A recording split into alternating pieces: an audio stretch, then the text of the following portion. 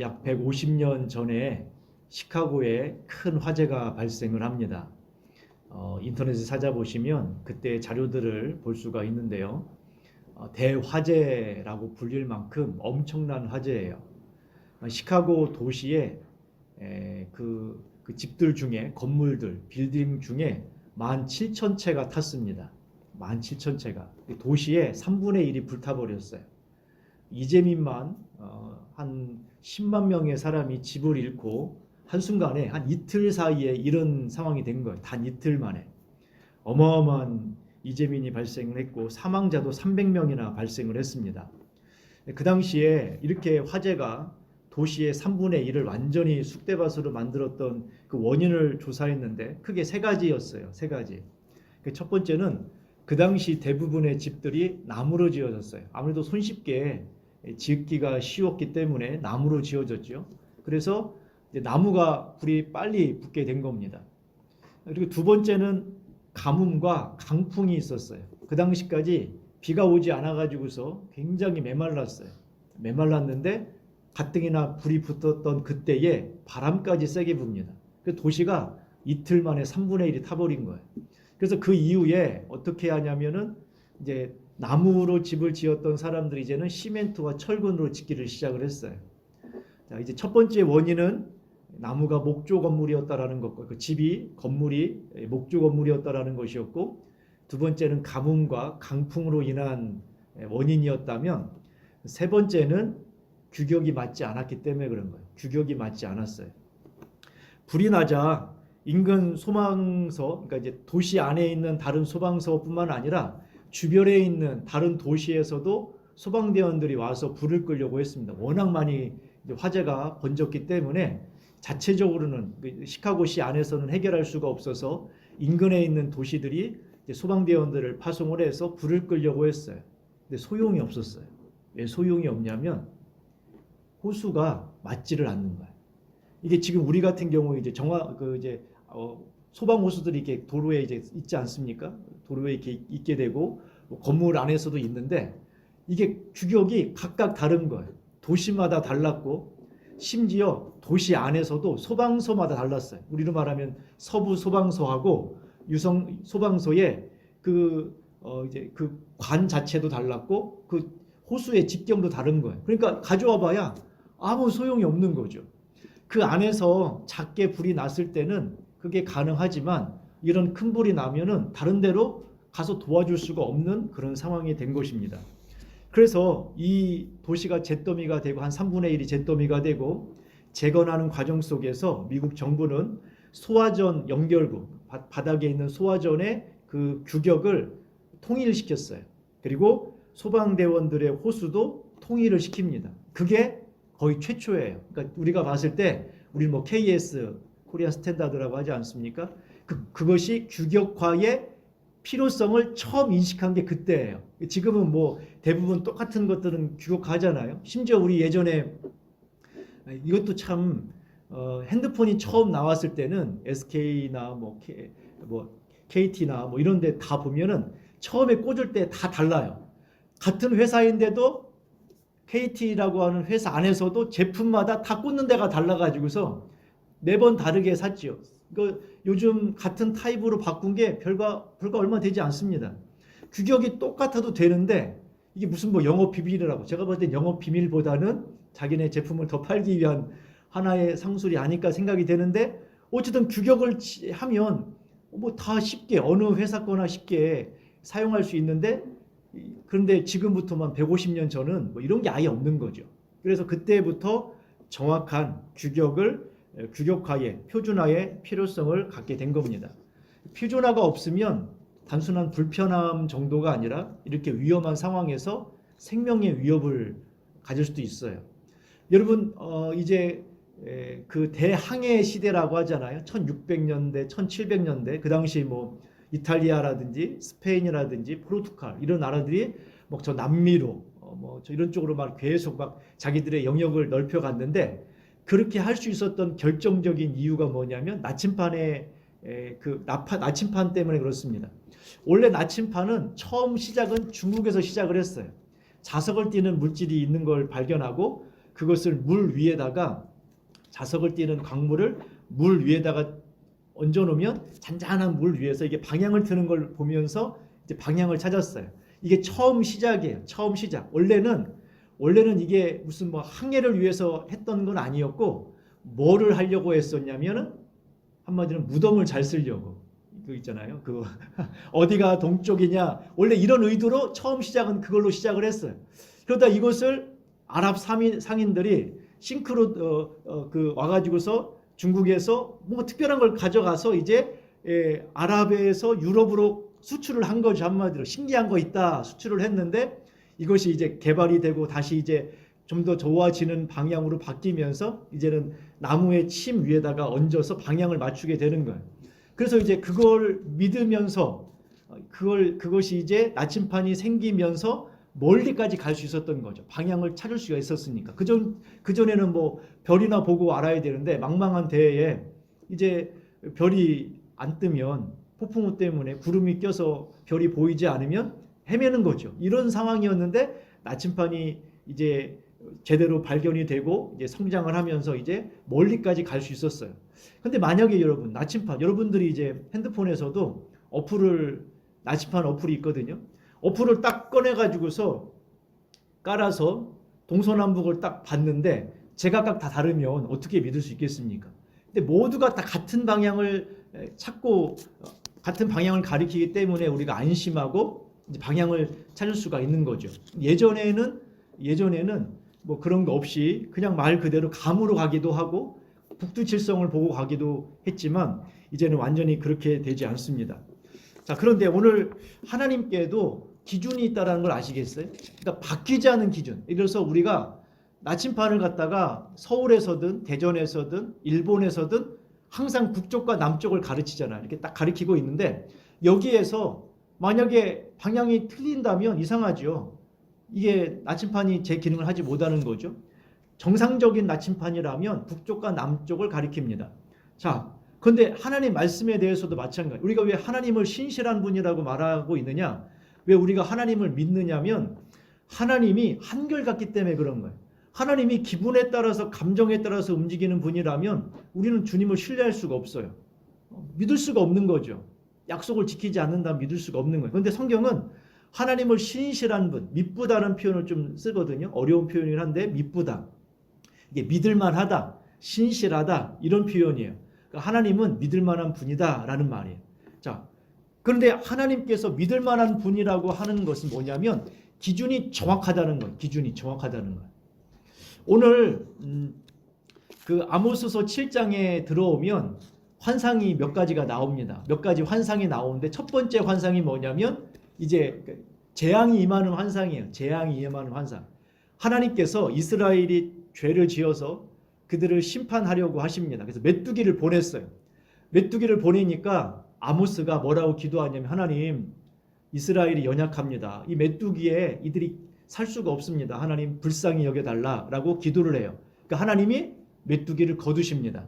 두 번째 환상은 뭐냐면 하나님이 불을 보내요. 그래서 바다에서 막 그 모든 것들을 불태워 가면서 가는 환상을 아모스가 봅니다.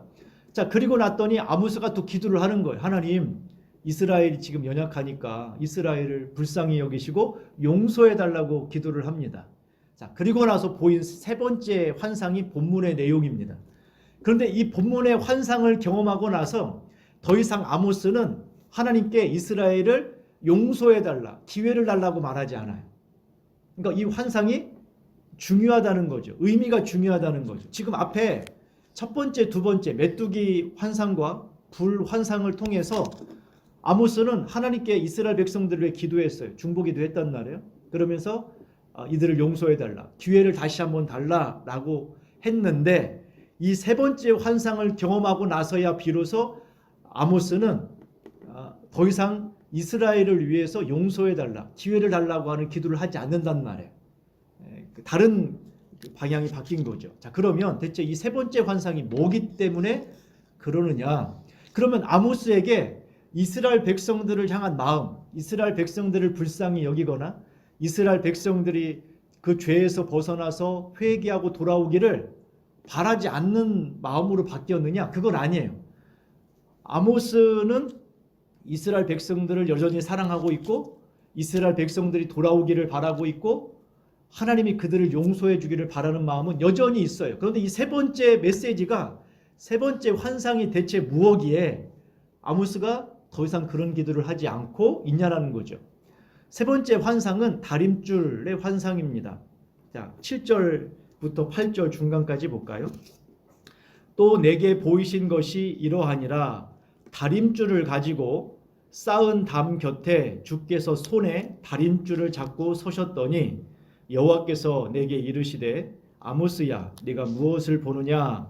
내가 대답하되 다림줄이니이다. 이게 이거예요. 벽이 하나 있어요. 담벼락이 하나 있는데 담벼락 곁에 하나님이 다림줄을 잡고 딱 서 있는 거예요. 다림줄이라는 게 뭐냐면 실이 이렇게 있는데 실 밑에다가 쇠나 아니면은 뭐 돌 같은 걸 줄을 달아요. 그러면 건물을 지을 때 위에서부터 반듯하게 이제 세우는 거죠. 반듯하게. 요즘은 다림줄을 잘 쓰지 않습니다. 요즘은 레이저를 써요.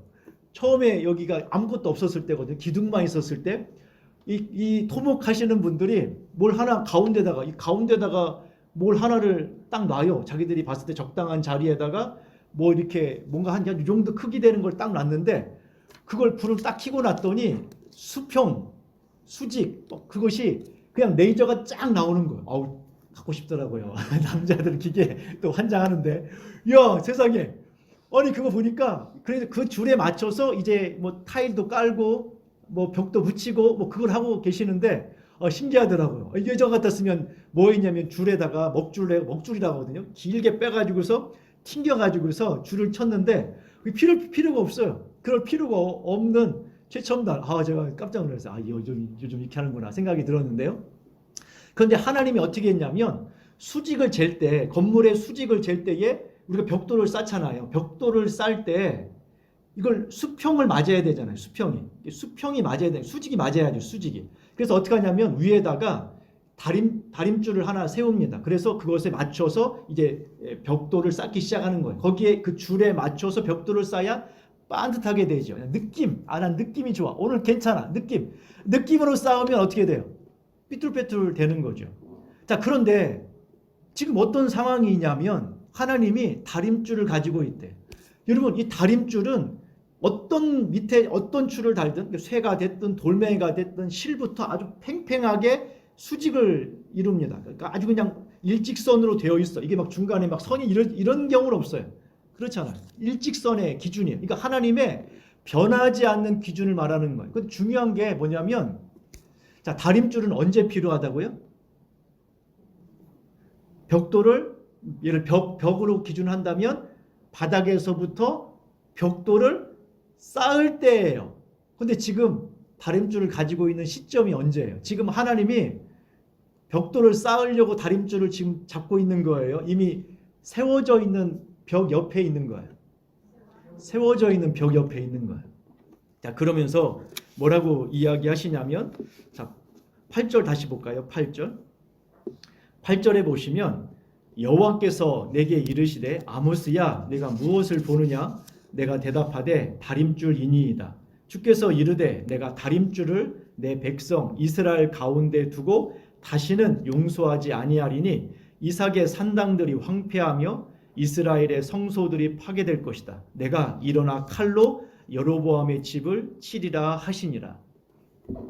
하나님이 다림줄을 딱 두고 그리고 나서 이제 이걸 가지고 판단을 하고 그리고 허물어 버릴 것은 허물어 버리겠대요.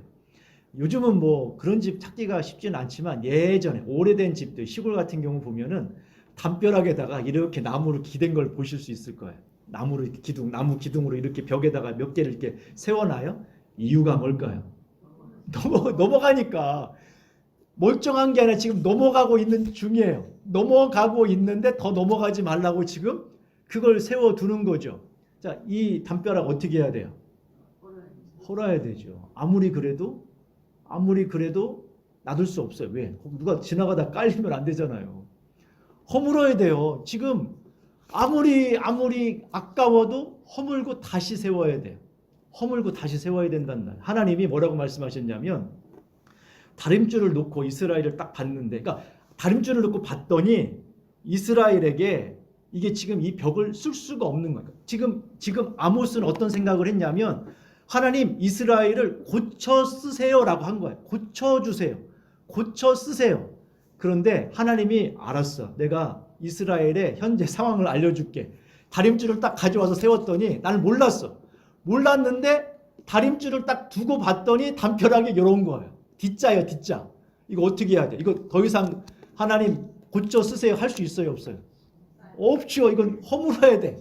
이건 아무리 아모스도 이건 허물어야 된다는 걸 말할 수밖에 없는 거야, 이 상황이. 지금 이거는 이래서 뭐 나무 기둥으로 하나님 2개, 3개 더 좀 기대해 주세요. 말할 수가 없어요. 어차피 허물어야 돼. 시간의 문제일 뿐이지 결국 허물어야 된다는 것을 아모스가 깨닫게 된 거야. 아, 이거 허물어야 되는구나. 다시 세워야 되는구나 라는 사실을 알게 됐어요. 2022년 지금부터 한 3년 전이죠. 1월 11일 날 광주에 있었던 한참 공사 중이었던 아파트 외벽이 허물어집니다. 39층이 허물어지면서 39층부터 그게 이제 허물어지면서 38층부터 26층까지 한 11층이 그냥 와르르 무너져 버렸어요. 그러니까 통째로 무너지는 건 아니고요. 외벽 쪽으로 이렇게 무너져 버렸어요. 난리가 났죠. 세상에 아파트 짓다가 그런 경우는 처음 봤으니까요. 그런데 이제 그것 때문에 이제 6명이 죽고 1명이 크게 다칩니다. 그 원인을 봤더니 39층 그 시공할 때에 시공 방식을 바꿨어요. 빨리 지으려고. 날짜를 맞추려고 빨리 짓다 보니까 원래 해야 되는 시공 방식이 아니라 다른 방식을 쓴 거죠. 그리고 38층과 39층 사이에 설치했던 지지대, 그러니까 위에다가 이제 시멘트를 붓기 전에 지지대를 한단 말이에요. 근데 그 지지대를 빨리 철거를 해버렸어요. 아직 이 39층이 굳기 전에 그냥 빨리 철거를 해버린 거예요. 그러니까 이제 지지대가 안 된 거죠. 또 하나가 원인은 뭐냐면 콘크리트 강도가 부족했어요. 그러니까 원래 강도가 100이라면 원래 기준에 85밖에 강도가 되지 않았던 거죠. 그러니까 한마디로 말하면 물렀던 거예요. 이 시멘트 자체가. 그러니까 이것이 이제 견디질 못하고 무너져 내렸는데 처음에 사고 직후에 정몽규 회장이 기자회견에서 그게 201동이었거든요. 201동을 다 철거하고 재시공하겠다. 나머지 7개 동은 이제 안전 진단을 거쳐봐서 안전 진단 결과 위험하다고 하는 것만 철거하겠다. 이렇게 이야기를 했어요. 자, 그러면 하나가 이렇게 무너졌고 이런 문제점이 발견됐어요. 그러면 그 입주자들, 예정자들은 들어가고 싶겠어요? 안 들어가고 싶겠어요? 안 들어가고 싶죠. 뭐 거기만 그렇겠어요? 다른 데도 그렇게 했겠죠. 그러니까 안 들어가겠다 막 이런 상황이 되고 이게 또 워낙 이슈가 크다 보니까 어떻게 했냐면 전부 철거하기로 합니다. 전부 철거하기로. 전부 철거하고 대신 그게 도시 한가운데 있다 보니까 폭발을 할 수가 없어요. 그 30 꼭대기부터 한 층 한 층 이제 허물어야 되는 상황이 된 거죠. 그렇게 해서 그 당시에 45개월을 잡았어요. 45개월을 잡고 이제 대략적으로 그때까지 철거하고 그 다음에 그 철거하는 기간 동안에 사람들, 입주 예정자들에게 보상을 해줘야겠죠. 어디서 살아야 되니까. 그런 보상 비용 이런 걸 다 포함해서 최소 3,700억 정도가 들 거다라고 그 당시에 이야기했지만 그래도 전체를 다 철거하겠다라고 했고 철거를 시작했어요. 참 우리나라는 대단해요. 철거에 45개월을 잡았거든요. 근데 지금 17개월 만에 거의 철거가 됐대요. 그러니까 지하 빼놓고 지상의 일부 부분만 빼놓고는 거의 다 철거를 했다고 합니다. 내년 2월 달에 다시 밑에부터 다시 시작한다고 하니까 우리나라는 하여간 대단한 거예요. 뭐 45개월이 아니라 절반으로 끝냈죠. 여기서 중요한 점이 있어요.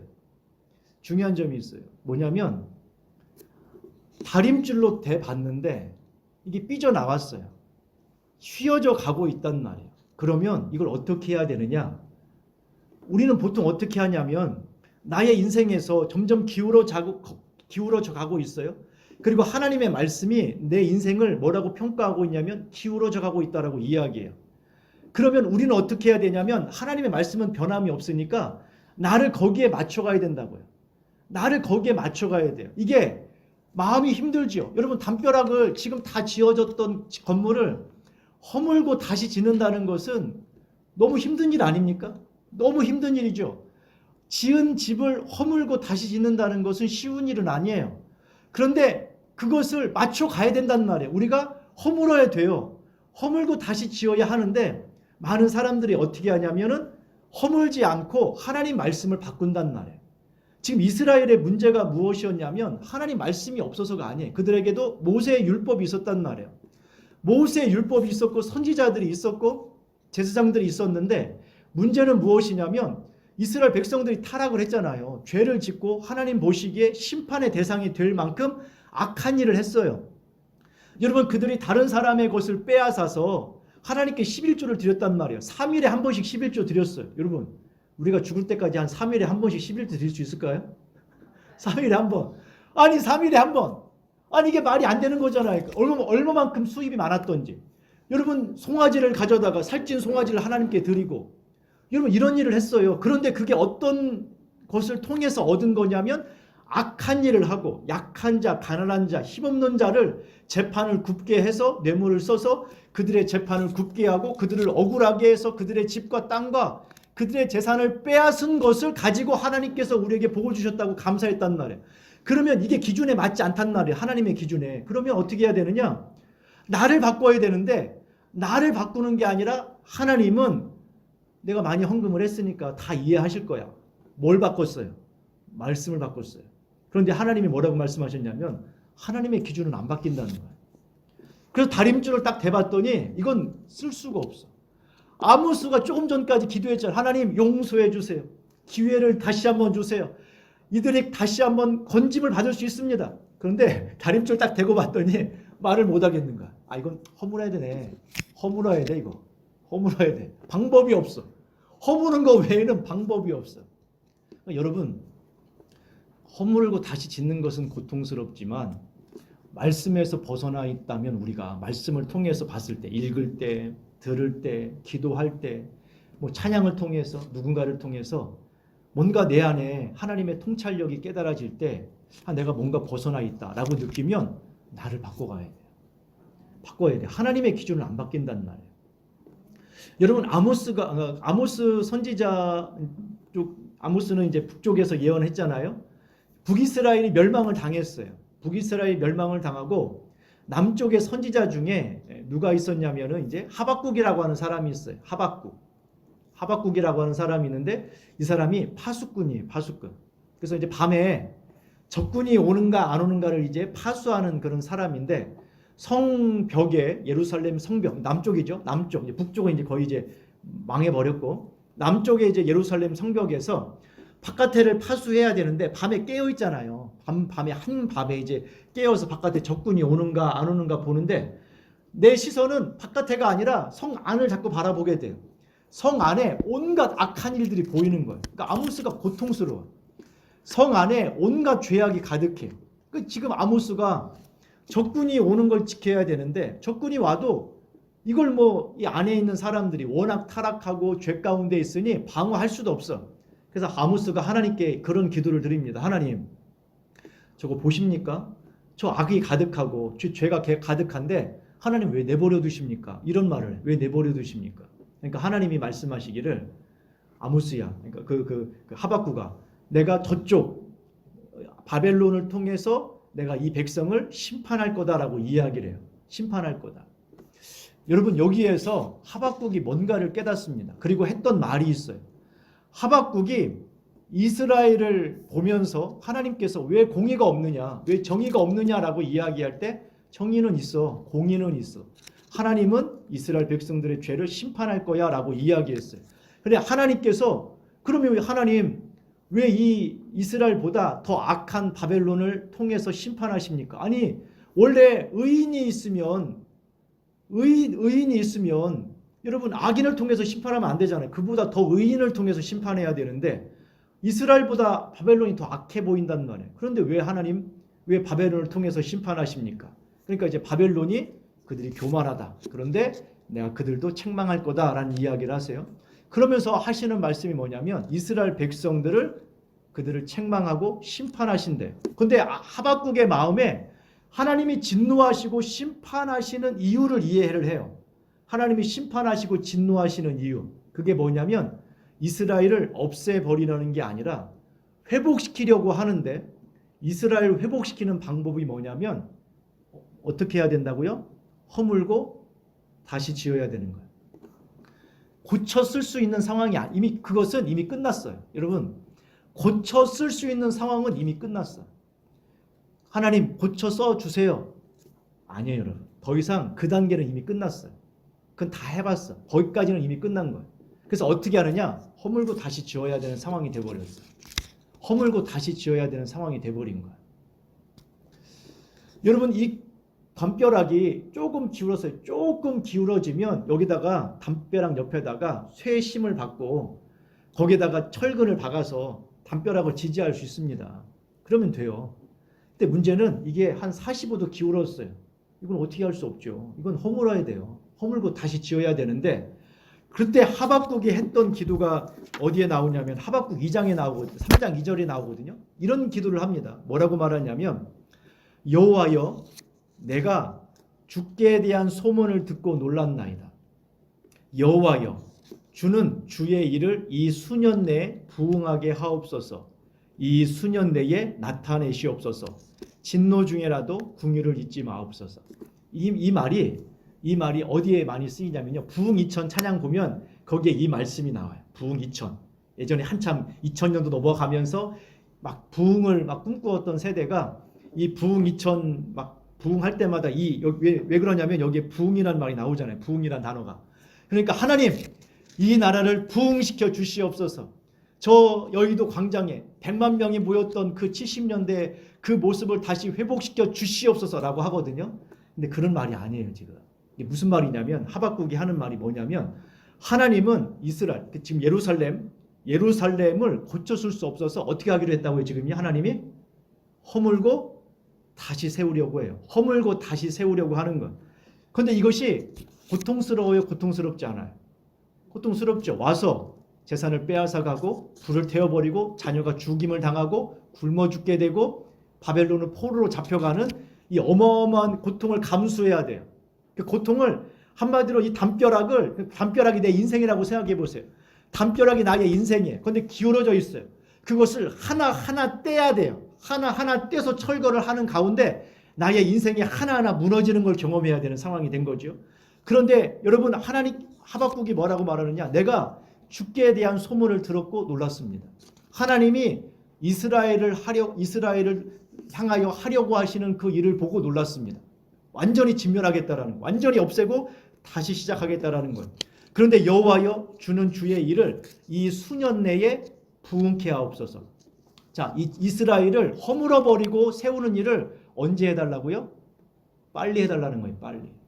빨리 해주십시오. 이 수년 내에 나타내시옵소서. 그러나 한 가지 하나님께 기도하기를 진노 중에라도 이스라엘을 향하여 허물어 가실 때에도 궁유를 잊지 말아달라고 하는 기도를 드리는 거죠.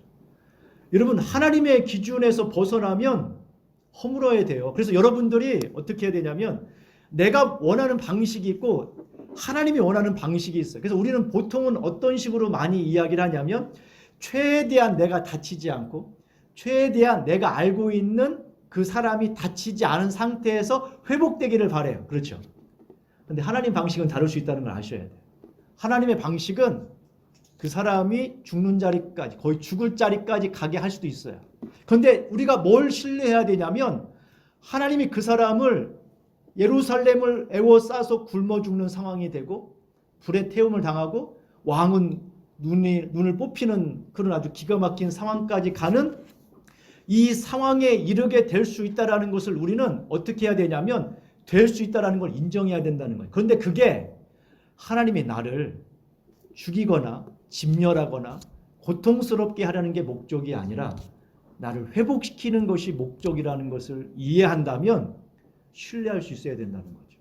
아까 그랬잖아요. 똑같은 상황인데 예루살렘을 에워싸서 굶어 죽고 고통스러워하는 이 상황, 아모스가 야 다림줄을 딱 가지고 대서 야 이거 허물어야 돼. 허무는 것이 고통스럽지. 하나하나 나의 인생을 무너뜨려야 돼. 다시 세워야 되니까.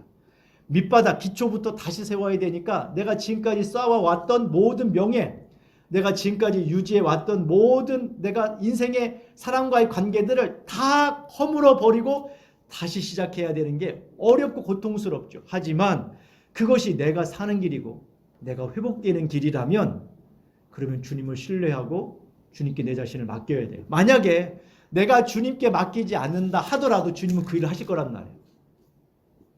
내가 주님께 내 인생을 맡기지 않아도 주님은 우리를 사랑하기 때문에 그 일을 그냥 해 가실 거란 말이에요. 그러니 여러분, 이왕이면 아니 인생을 담벼락을 다 세워놓고 나서 기울어 가는 걸 갖다가 허물지 않고 거기에다가 나무로 기대고 나서 나중에 하나님이 와서 허물라고 할 때까지 기다릴 필요가 뭐가 있어요. 내가 그냥 철거하면 되죠. 내가 다시 세우면 되잖아요. 내가 안 하면 누가 하신다고요? 하나님이 개입하신단 말이에요.